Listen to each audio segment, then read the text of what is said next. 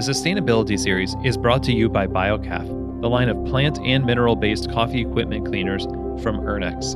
When it comes to sustainability, the choices we make every day have a huge impact on the world around us, and cleaning your cafe's equipment with BioCaf products is a simple step that you can make to help the environment and create a more sustainable coffee industry.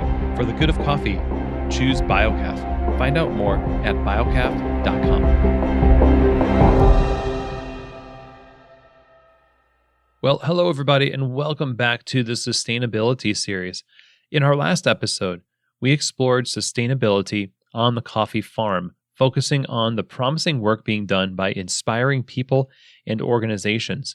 In this episode, we will be hearing from 6 experts whose experiences help us paint a picture of what it is like to pursue sustainability in their roles as connectors, providing a bridge between farmers and consumers to help coffee and coffee people realize their potential in the market. It's very funny because I never thought about just really getting into coffee myself, because I didn't even grow up drinking coffee. Like most people in Burundi, we don't drink coffee in Burundi. It's not part of the culture. But I did find as I get involved into this that, this is actually one of the unique crop that can really help, the people of Burundi to get ahead. Janine Niyonzima Aroyan is the founder of JNP Coffee. JNP Coffee is a producer, exporter, and importer of green coffee from Burundi that promotes Burundian coffee in the global specialty coffee market. Through JNP Coffee, Janine teaches women in Burundi, East Africa, farming production best practices and rewards their labor with premiums for high-scoring coffees and empowers them as community leaders. In the past 8 years, she's built a global network of coffee buyers who seek high-end microlots of Burundi specialty coffee. I personally go back to Burundi to be part of the premium distribution. We do a premium incentive that we provide to farmers, giving them more reward for the high quality production of the coffee, to really give them that incentive to continuously, taking care of the coffee and following the coffee all the way through, and make sure that you and I are continuously going to be receiving that delicious, cup of coffee. More than just a focus on coffee quality, Janine's organization focuses also on helping build structures and partnerships that will create a more stable business for Burundian coffee farmers. We actually found that we need to do more things to really, sustain, the business that they're in, because there's a lot of, in my point of view, there's a lot of lack of other, infrastructure that was needed, for them to remain whole and actually to be able to sustain, their lives and sustain even the coffee business in general. So we start getting involved, with other nonprofits and really start putting programs together that can really address those fundamental needs that I believe that were core to make the communities and also the farmers, sustainable. Partnerships with organizations such as JNP Coffee are critical to empowering coffee farmers and also providing a bridge to the consuming market. We're going to hear more from Janine later, but right now, let's explore the question of what a sustainable partnership looks like. And so a sustainable partnership is one where the coffee producer is seeing enough value from the value chain to perhaps invest in some differentiation, invest in some innovation, invest in some benefits for employees on their farm. And the coffee roaster who's buying that same coffee is having their needs met and creating good value for their customers in such a way that they're able to invest in maybe perhaps healthcare for their employees or new coffee roasting equipment to get larger accounts. So sustainable partnership is really one where all parties are sustaining and growing and reinvesting. James Toole is the North American sales manager for Ally Coffee. Ally Coffee is a green coffee company connecting roasters with specialty coffees sourced through sustainable partnerships. Their purpose is to open up opportunities to move coffee forward. As James says, a great way to define sustainable partnerships is that all parties are growing through that partnership. It's a great way to sum up sustainability efforts across the value chain, really. Importers serve 2 communities, farmers and roasters, though meeting the needs of roasters tends to be the main driver. there's a great variety in the needs of coffee roasting businesses. So some coffee roasting businesses may need a coffee that is tasting like mangoes and scoring 87 points and then only need 2 bags. Or another coffee roasting business might need a coffee that's maybe only tasting like a little bit of chocolates, but that has organic and also Rainforest Alliance. And then on the other side, we have producers that have just a completely different set of wide variety of coffees they can produce and qualities and prices. As importers serve the needs of roasters, one of the needs that roasters have is to grow their businesses, to grow in their capacity. It means also that their demand for coffee grows. Their ability to purchase goes up. And so clearly serving roasters well serves farmers well too. And I really do strongly believe that it's not a zero-sum game. I really believe that if we best serve the needs of the roasters, then those roasters will grow and increase their volumes and increase their capacity to support new sustainability programs. And that as those roasters grow, the producers will also grow because their clients are growing and they'll be able to sell more coffee and be able to engage in more programs and engage in better quality for their farms. So I don't really think of it as a with ally or a coffee importer in the middle. I think in no way do I think it's a one versus the other situation. I think it's very much sustainability is a rising tide situation. One way of helping to create this environment is by representing well and communicating the value of the coffee that's being imported to the market, be that roasters or consumers. Janine of JNP Coffee tells us how they assist farmers with this critical piece of the puzzle. I think that in general, farmers are not equipped to do their own marketing. And it is really up to the supply chain, from origin to consumer to really have to tell, the stories of the farmers in a very, dignified and also respectful way. Coffee is not part of the culture, and it is still so much not part of the culture in Burundi. But as we start getting involved, with the farmers, one of the things we also did, through our nonprofit, we actually provided some small roasting equipment to the farmers so they get a chance to roast their own coffee and test their own coffees. So we cannot so when we come back and say, okay, this coffee is great, and they understand what that means, or when we come back and say this coffee is not good, then we can explain, they can also be able to understand why it's not good. Now, investments like this add value and help equip the farmers with knowledge to control their product's value and respond with more agility to the market. Proximity to those you're serving also plays a major part in how well we communicate stories, value, and also how well we can address the needs that come up. James Toole tells us about how Ally is structured to do just that. From a structural perspective, we have employees who are, every day working in coffee producing areas. So we have employees that are in Huila, and in Nariño, and employees that are in different parts of Brazil, just interacting with those coffee producers. And then on the other end of the chain, we have our sales team is actually all remote. And so they're all working from home or from different coffee shops within the areas where their customers are. The history and evolution of the group is very much based on investment and infrastructure. And that history has sort of informed, even to this day, even to today, the decisions that we make in which partners we're going to work with in, let's say, Ethiopia or Colombia. And in a lot of cases, we have made a lot of effort to find like-minded partners who also have a similar structure. The majority of those solutions that we have to aid in sustainability are about being close to clients so that we can tailor sustainability solutions based around what they might need. So serving the needs of the roasters and connecting them with farmers is paramount.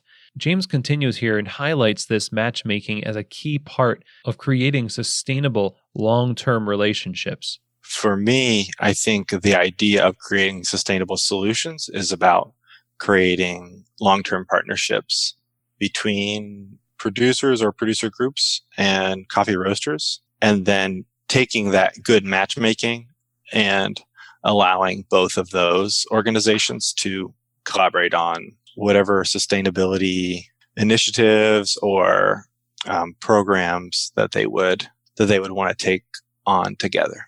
One of the realities of coffee importing is that it's very capital intensive, and it's not particularly profitable for us as coffee importers and for other coffee importers, and frankly, probably for other businesses that operate in a broadly like a distributorship model where they're purchasing and owning and then selling a coffee or any product without branding it or changing it, is that it's very competitive and there are relatively low margins. And the other reality that we have to deal with, in addition to being competitive, is that currently it's very roaster or client driven. It is evident that importers and organizations like Ally and JNP Coffee are sustained by how well they serve the needs of both parties, but particularly how they serve the needs of the roasters who provide the demand. That brings up an important question. What role is the roaster playing in this value chain? First, we have to ask ourselves, what is green coffee and what is roasted coffee? And there's a very big difference between the two. Joe Morocco heads up the U.S. division of the green coffee importing company, List & Beisler. He is widely considered the go-to guy in the industry for deeply useful and practical knowledge in all things roasting, brewing, and sourcing, and has a deep knowledge and insightful perspective on roasting and how roasters impact sustainability. So what does the roaster do in the value chain? Well, the roaster converts a commodity into something that is usable and has value. So they literally add the value to the product that the value chain is based on. So that role is, in my opinion, one of the most vital along the supply chain. Obviously, we can argue that the most vital is the farmer, because the farmer is creating all of the potential. And so then the roaster is the one that is realizing that potential. And the barista is the one that is actualizing that potential or allowing that potential to be finalized. As Janine mentioned earlier, coffee was just brought to Burundi by others. It is a product of colonialism. Joe highlights this reality further and describes the kind of uphill battle and tension it creates for roasters wanting to make a difference. We're dependent upon an industry that is built in a way that is technically not sustainable. And that industry is frankly built on colonialism. It's built on slave labor. It's built on a system of oppression, to be really, really open and honest about it. And so if we're wanting to have a positive impact in any way on the system, that means that we have to charge way more money and build relationships that are mutually beneficial with those people that are also on every other part of the supply chain. So a roaster kind of gets caught in the middle of that. It's a unique challenge in that they are the ones that usually answer all of the questions to the public and take on all of the onus for how their coffee is bought and sold and how their coffee is quote unquote ethically or sustainably sourced, all while also having being the point at which not only coffee becomes of value, but also the processing costs the most. So if you look at a pound of coffee, it costs maybe, let's say, $2 to $3 a pound when it's green. That same pound of coffee on the very cheap side is going to cost maybe $8 to $12 when it's finally roasted. And that's because of all of the costs that are involved in the process of roasting, packaging, and getting the coffee set up for extraction. All of that is on the shoulders of the roaster. And the roaster is the one that is directly using fuel directly seeing fire, directly creating smoke, creating lots of other deliveries. So one bag of coffee comes off of one container or one truck into the roasting plant. That 150 pounds then becomes roughly 125 bags, because it loses weight during roasting, of coffee that could go to 125 different directions. So all of that shipping starts to mount up. There's a huge amount of layers to how unsustainable that those processes are. And so a roaster really has to think through that. So again, a roaster is not going to be able to take an entire supply chain that is built on waste and a lack of sustainability and make it sustainable. What they can do, though, is figure out ways to make it more sustainable or to move the needle forward just a bit. Now, there are trade-offs in building up sustainability practices in roasting. It is never cut and dry. And as we heard, this puts roasters between a rock and a hard place when it comes to choosing activities that positively impact businesses and sustainability. Sure, I know that it's going to be a lot of fossil fuels for me to take this trip. I know that it's going to take me out of my business for a while, which is going to maybe have some fallout with my company and maybe create some things that are not sustainable there. But I'm also going to build into this supply network some accountability, and I think that it's worth it. I think that it's of value. And I'm also going to take the story that I gather, and I'm going to take that to the people that are buying this coffee and show them what their money is doing in a positively impacted way. I think that the roasters are just every link of the chain is important, but I think the roasters such a critical link because they are that bridge between the consumer and the producer. Monica Furl is the Director of Sustainability for Cooperative Coffees. Cooperative Coffees is an importer of high-quality, fair trade, and organic coffees that's collectively owned by 23 independent coffee roasting companies from across Canada and the U.S. They harness the potential that roasters have in the value chain, and that creates those all-important sustainable long-term relationships through their collective power, thus providing a really strong link to the consumer. And this has a ripple effect on the whole industry. I think the future of coffee itself is threatened by climate change, and that we really need to wake up and see the supply chain as a mutually dependent relationship. And so the roasters are looking at in both directions. They're understanding with this direct link to the farmers, they can see the challenges that farmers are facing and what's necessary in order to continue being able to produce a high quality product, and their need to get paid for that high quality product. And at the same time, many of our roasters have a direct link to the end consumer. Relationships between farmers and importers and roasters is, of course, important, but what about roaster to roaster? Roasters creating buying co-ops demonstrates similar benefits to farmers and farming co-ops. Their combined power creates a dependability.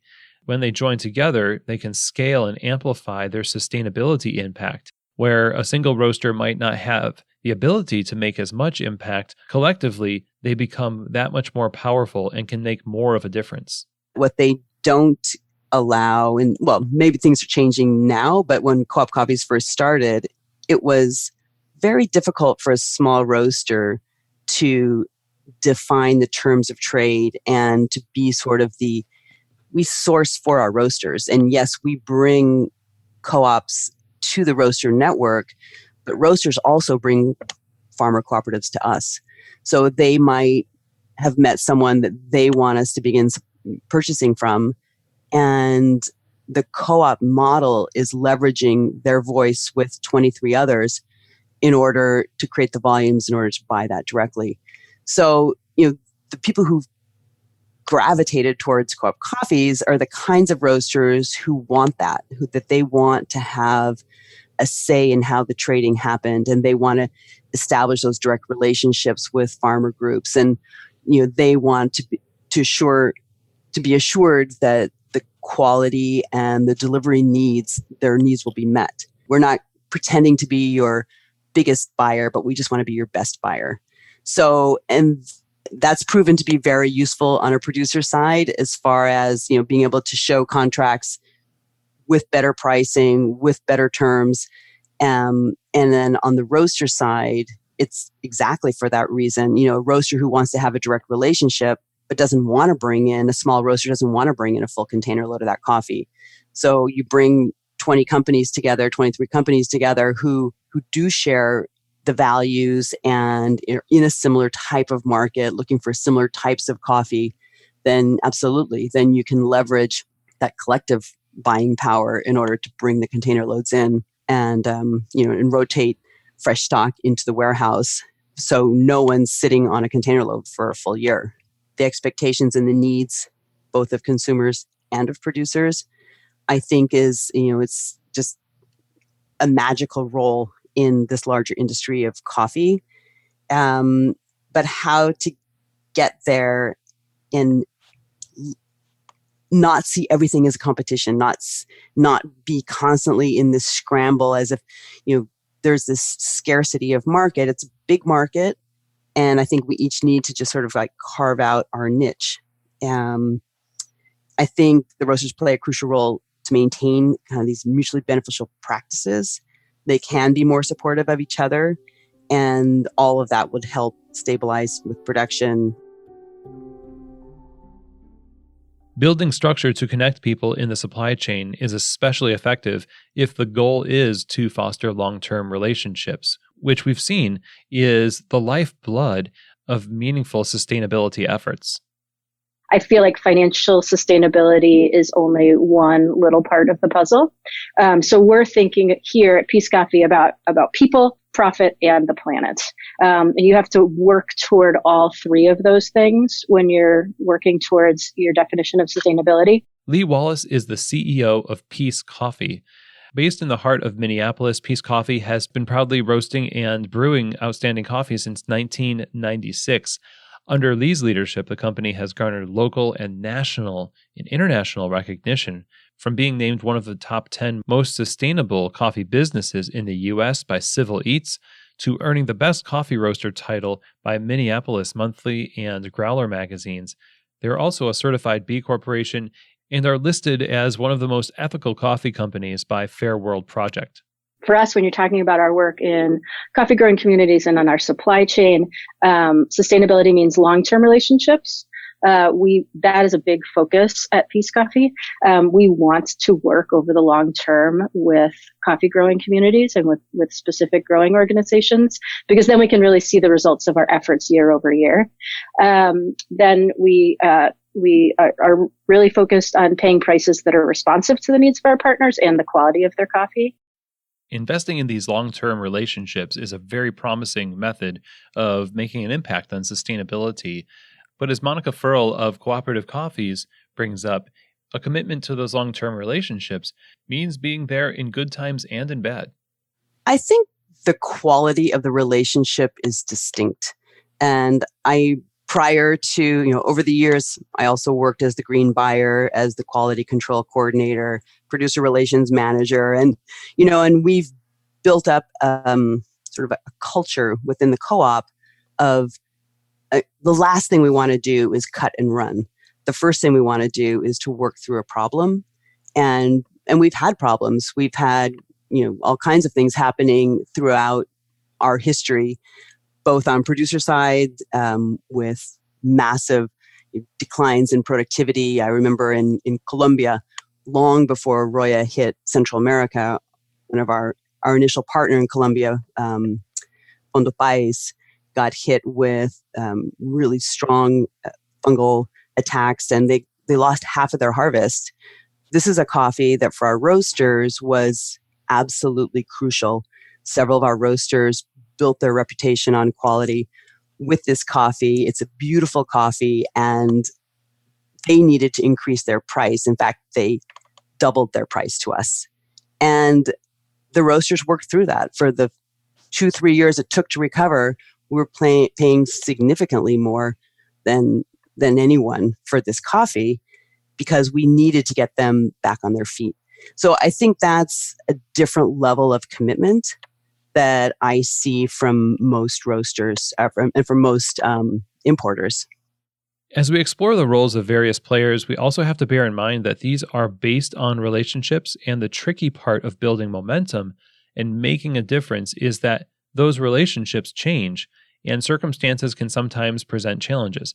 Monica talks to us a bit about this and demonstrates what kind of mindset they employ at Cooperative Coffees that helps navigate those challenges.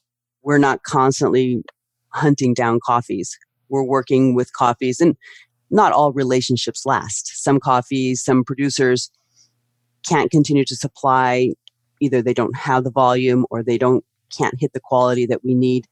And sometimes you have to end a relationship. There are situations that you come up against. We've had producers in Dominican Republic that just got hit time and time again with hurricanes, and they didn't have coffee to sell. So, there comes a point where there's nothing more you can do, and doors stay open. But again, it's not a guarantee. And, maybe a producer group needs to diversify its production. Maybe with climate change, they're no longer located in a place where coffee is going to be a secure product for them. So, yeah, there are no guarantees in life. I think, we're all working with best intentions. Another example would be, we had the similar problem with the leaf rust crisis in Central America. Our partner in El Salvador was hit. They lost 80% of their crop. And of the 20% that they had, they developed a local roasted market in El Salvador. They wanted to hold that coffee for that market because they were earning more per pound. So, we completely understood that.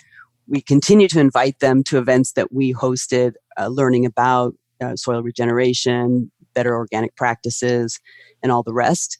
But we haven't been able to reestablish a relationship. I'm just hearing that they are now feeling confident to get back into the export market and would love to open up that conversation. Well, it's this kind of dedication that should inspire us. If a commitment to the relationship was not a cornerstone of the business, it might have been easier to cut ties. But with sustainability and relationships baked into the mission, it provides a more human approach to the business of coffee. That in turn creates an environment where people have grace to grow, improve, and become established. It's surely a great example to follow.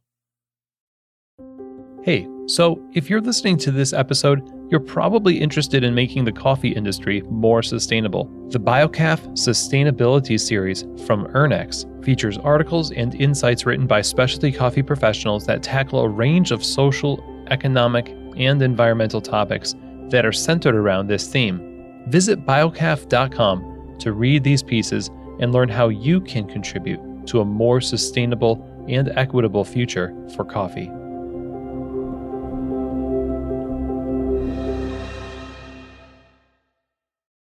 Now, as we consider sustainability, we have to take a look at our own operations, and it can be hard to know where to start.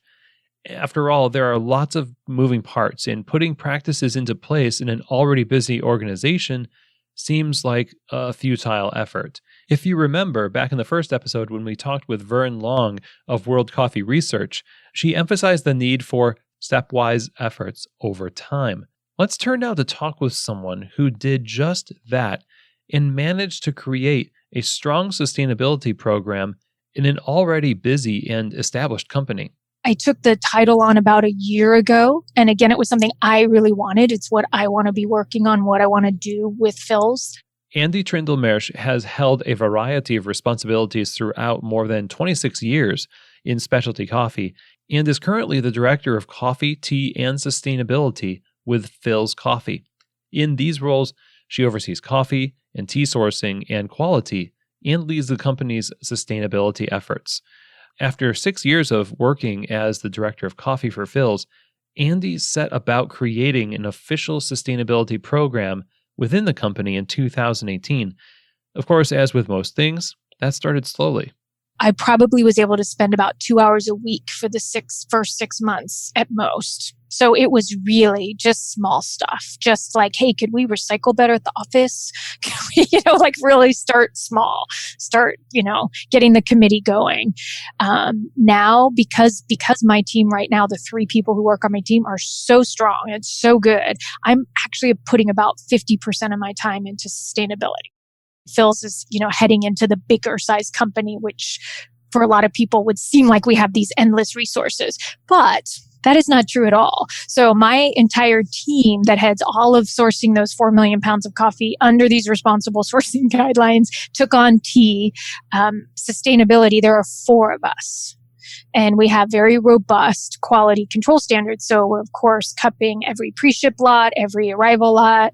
We, are cupping blends we own quality control all the way through to the store level. So workload is huge, and there are only 4 of us. So we're spread very, very thin.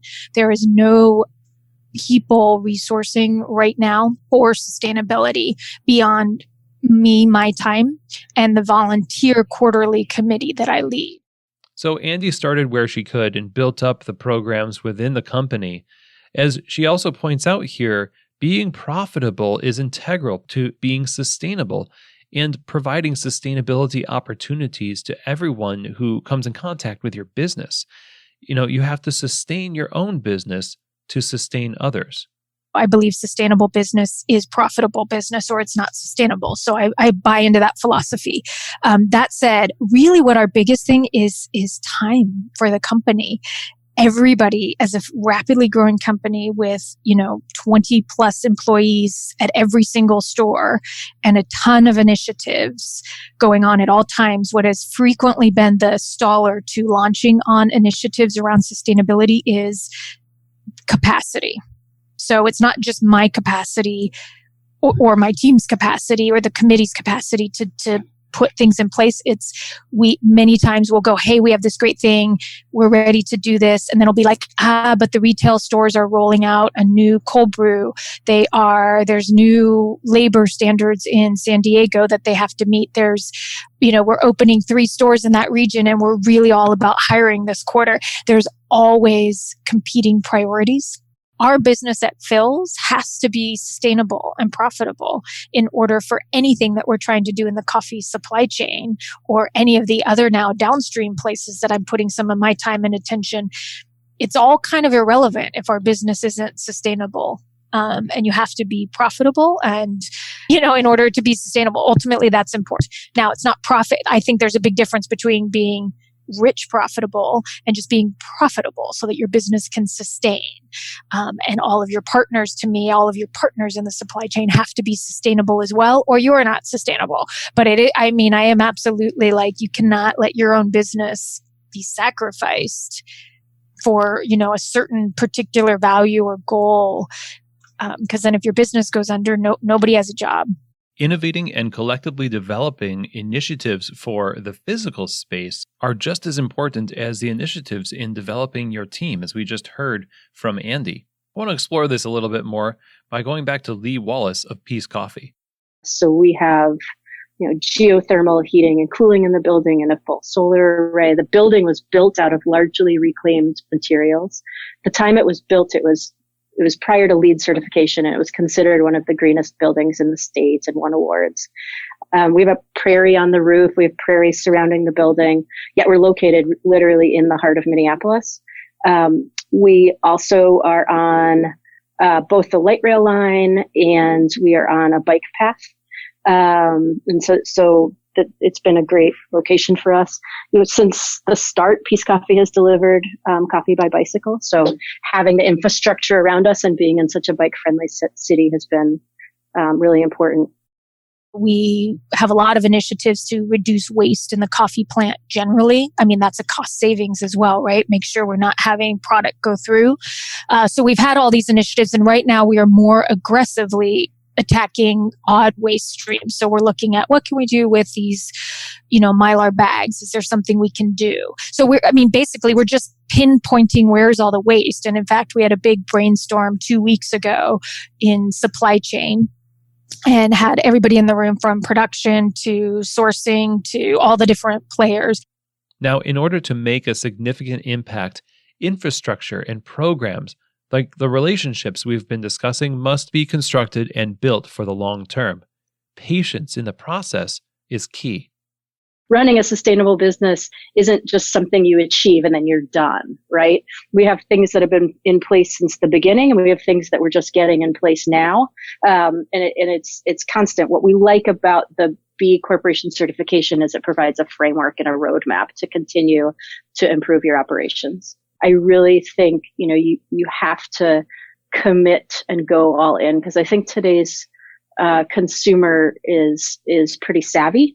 And if your sustainability pledge isn't really built into the DNA of your business, I think it shows on the outside. All this investment into our operations and growing our companies can seem counterintuitive to the pursuit of sustainability. After all, isn't all this about giving to others?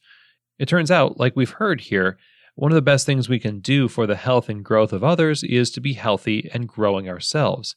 Lee and Andy talk more about why scaling and growth is so important to sustainability efforts. When we talk to coffee farmers and we say to them, what do you need from us? What can we do? How can we be the most useful? They say, grow and buy more coffee from us, because we need to work with partners like you. So our Northern Star at Peace Coffee has always been, the more we grow, the more impact we can have. And that's our entire staff is keyed into how many pounds of coffee do we want to be able to buy this year? And then that translates into, okay, how many pounds of coffee are we going to sell this year, whether it's at a coffee shop or through the roasting facility. In 2019, 98% of our green coffee purchases came from relationships that are longer than 5 years. And so that's really important to us too, because we know that that's a way that we can have impact and help build a more sustainable coffee value chain for coffee farmers. I think to pursue sustainability, you have to have a growth mindset. And you can't be limited in your thinking, because I think, at least in the early days and when you're small, some parts of building your sustainability plan means being creative. So the roasting operations scale pretty well. When we built out the coffee roasting plant here, we built prepared for the growth that the company was hoping to see over the next 10 to 20 years. That was one little thing I walked in the door, an actual knowledge point on building out a roasting plant. Most of it was learning along the way. But the one thing I came in the door was build to where you want to be in 10 to 20 years. I want to turn to Joe Morocco now. For Joe, the issue of scalability as a driver for sustainability and growth needs to not just be embodied by the roasting business itself, but also by the manufacturers of the roasting equipment that the roasters use.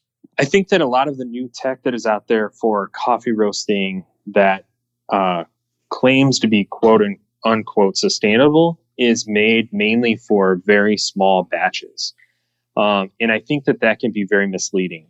In order to be truly sustainable, you have to kind of at some point have some scale. So in other words, if I can use a 25-pound tank of propane to roast 100 batches at 3 pounds per batch, or I can use that same to roast one batch of 300 pounds, it's the same amount of energy. One of those, though, is going to have a lot more efficiencies built into the system that is around it. And so if we can come up with a way to roast 900 pounds with that 25-pound tank, now all of a sudden we have efficiency not only built around that creation of the product, but also within the roasting process itself. And that's the kind of economy of scale that I'm speaking of. Part of sustainability relies upon us being efficient in that we are not all flying in 10,000 roasters or going to 10,000 farms.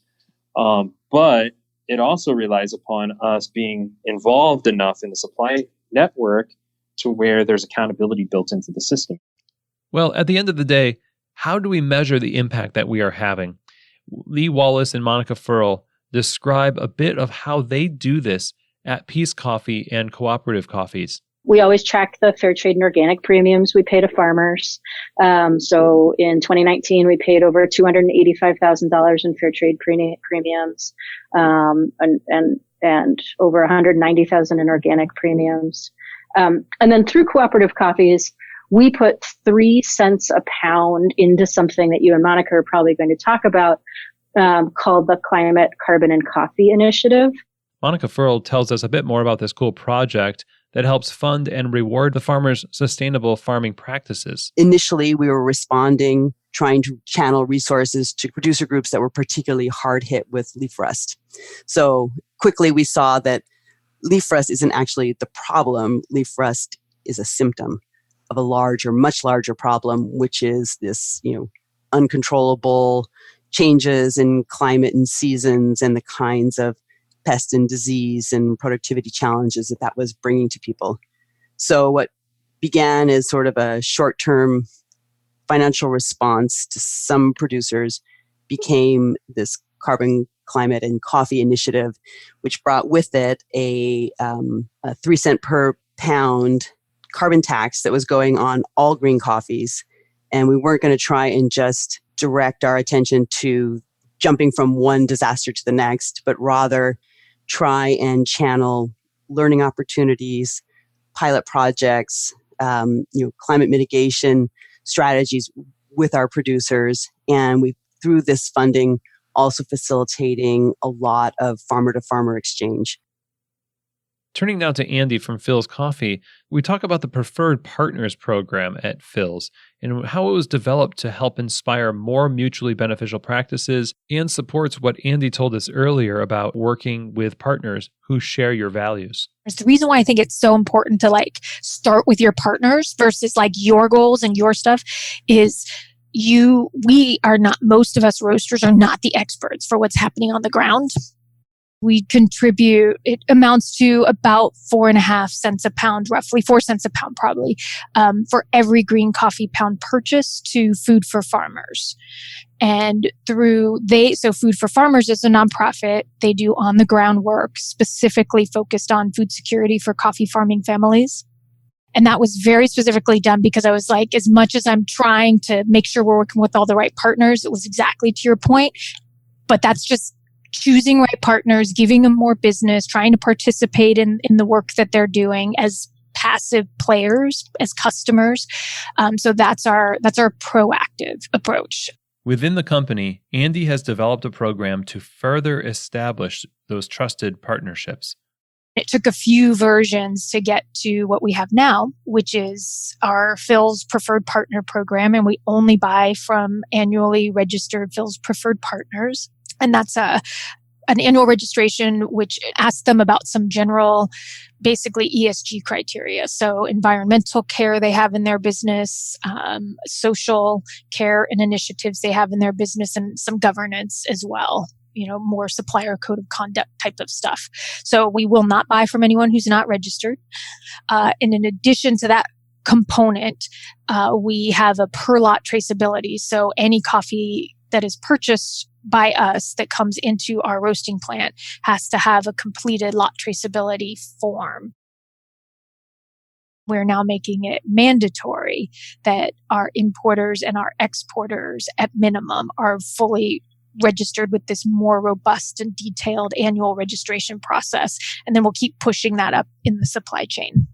And that's the foundation, is just asking a lot of questions.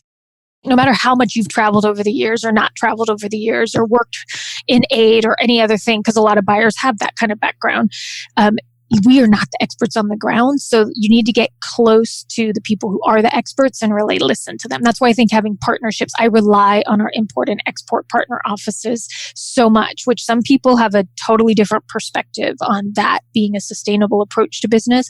I absolutely do, because they know so much more at such a deeper level than I could ever know when I'm sitting at a desk, in the roasting plant. At this point, I hardly think that operators need to be convinced of the merit of pursuing sustainability programs. The challenge and key to all of this, though, is to get buy-in from your staff to carry the mission and the message out to the consumers. I want the people who run our retail shops to know what's going on at the roasting facility and vice versa. We want to be all one organization, but as you get bigger, that gets harder. And so we've had to be pretty conscious about what sorts of tools we put into place. You just have to have camaraderie. This work is hard, and it's fun. But you can't take yourself too seriously, in my opinion. I think you have got to get the right people on board. And in our case, what we really want is people who care. And we want them to be bought in. I said to my staff at our holiday party this year, I said, this may sound strange to you, but because you all care about this business as much as I do, there are some days where I forget that I own the business, right? Because I feel like, one of the best things you can do is foster a community of people who care about the business as much as you do. At our roasting facility and cafes, a lot of building a culture around sustainability is engaging your staff. We want to engage them and engage people in providing their best ideas around how we can continue to improve the sustainability of our operations. We also want to provide wages and benefits that support our employees. And then, of course, we're always looking at the impact of our business on the environment and asking how we could do better. We try to keep our branding very fun and light and quirky, because the thing is, we really encourage all of our employees to contribute their voices to our organization. We have a set of values, and they are quality, community, sustainability, transparency. But then our last value is individuality, right? And so we think that organizations function best when everybody is contributing their unique voice to the organization. So we encourage all of our employees to meet our customers where they're at. So it's okay. You don't have to. I refer to Peace Coffee as an onion, right? Some people stay on the outside of the onion skin, and they just know, I know that coffee company is doing good things. I can feel good about buying this coffee, and that's as deep as I want to get. Or if people want to get all the way into the middle of the onion, like we are in this conversation, then we're also happy to really get into the nitty gritty with people and talk to them about who we are and what we do and what we're doing day in and day out. How we engage our staff in the process of our sustainability efforts creates an environment that helps engage customers in the cafe. Joe Morocco shares with us how this creates a unity in values between a customer and the business. I'm going to create in them a desire to buy in a way that is thoughtful and that is empathetic to everybody else along the supply chain, which they are the ones that are driving this business, and that, the person with the money that is putting the money into the system is really the person that has the power for change, and that is the consumer. So as the consumer becomes more and more savvy and they learn about how the system is built, then we have a better opportunity for changing that system in the long run, because they're more willing to put their money into positively focused programs. I think that the first thing we need to think of as a roasting company is, where can I be successful? Not just successful in making more money, but successful in being more economic, successful in how do my systems create waste and how do I tighten that waste up? Where are areas that we are losing money, or that we are using too much packaging, or we're dropping a bunch of coffee, or we're using too much fuel? All of these things that are not only going to help us with some kind of a sustainability project, but also are going to help us actually truly be more successful. One of the first things we can do to make changes and show our customers and staff we are committed to making a difference in our companies is to address the problem of waste. Joe shares his thoughts on how we can take the first steps in this. Waste is the stuff that kind of falls through the holes, that is not helping you to grow your business or helping you to affirm your bottom line, to take care of your staff, to take care of yourself. Waste product can be turned into something that is a proactive program that is directly impacting in a positive way the community or the environment or whatever it is. So I think that in coffee, we can be super creative if we put our minds to it and look at where there are opportunities and really think through, what can I do with this time that my roaster is on and there's no coffee in it, and turn all of that wasted energy into something. I think focusing on what you have the power to do right now, today, is step one. What do I have the power to change within my company in a positive way? What areas am I wasting? And where can I be a better steward? And how do I partner with other companies that are doing the same kind of thing within the supply network? And what are some resources that I can start gravitating toward to learn more about what I can do as I grow? All of this brings us to the place of what to do next. What are the next steps as we take these stepwise efforts to create a more sustainable business? If we've learned anything at this point, it's that progress is made one step at a time, and there's supreme urgency to the issue of sustainability, and that urgency needs to drive us into taking the next right steps for where we are in our business. I talk with people a lot who feel like they have to get to where Peace Coffee is right away, and you should right size your program to where your business is at, right? So you can start small. You don't need to go all the way to B Corporation certification. If you're a very small company, that doesn't make any sense. So, it sometimes can sound like Peace Coffee was just born, one day and kind of stepped out of the water and was just this shining example of doing all these different things. But we've built this over the years, and it's you set your targets and then you add them in, and we have had times where we've gotten over our ski tips and tried to implement things that are beyond where the business is out, and we've had to retrench and say, you know what, this is more than we can bite off right now. What can we bite off right now? We all have to just start with one initiative, whatever that might be, that will be close to your core belief or core value. Like in our case, we start with just like really educating farmers. But also I think, start partnering, whenever possible with those who are aligned with your mission, and really keeping the farmers at the center, of our discussion of everything that we do. Really, I think that's really what I think is very important. I see a lot of times in roasting companies, unfortunately, that have employees. Their employees don't have healthcare. Their employees are living in a situation that is not sustainable. The real hard work of growing a business that is thriving and very prosperous for all of the people that are dependent upon that business is usually not something that you can put on a bag or a label. So I can affect things within my own company much more than I can affect things 10,000 miles away from my company. I can throw money at things over there and I can brag about it, but that doesn't really have a lasting, sticking, long-term impact, like turning my roaster off when I'm not using it, or creating positive impact projects within my 10-block region. After you have seen what you can do in your own company, then look for resources that can help you outside of your company, other companies that you can connect with within your supply network that are of the same mindset, that are doing positive things and that can give you opportunities to do more positive things, and then just grow little by little. Don't rest whenever you have accomplished one thing along that mission of sustainability, but continue that trajectory forward. I think if we all do that, then 15, 20, 50 years from now, we're going to look back and be really proud of where we've come.